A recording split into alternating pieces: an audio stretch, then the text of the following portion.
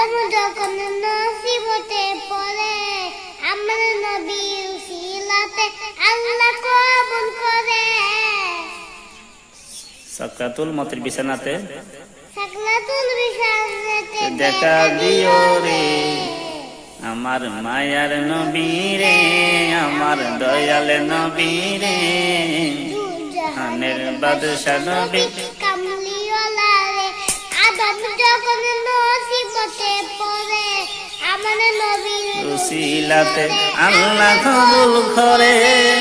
সাকরাতুল মতের বিছানাতে দেখা দিও রে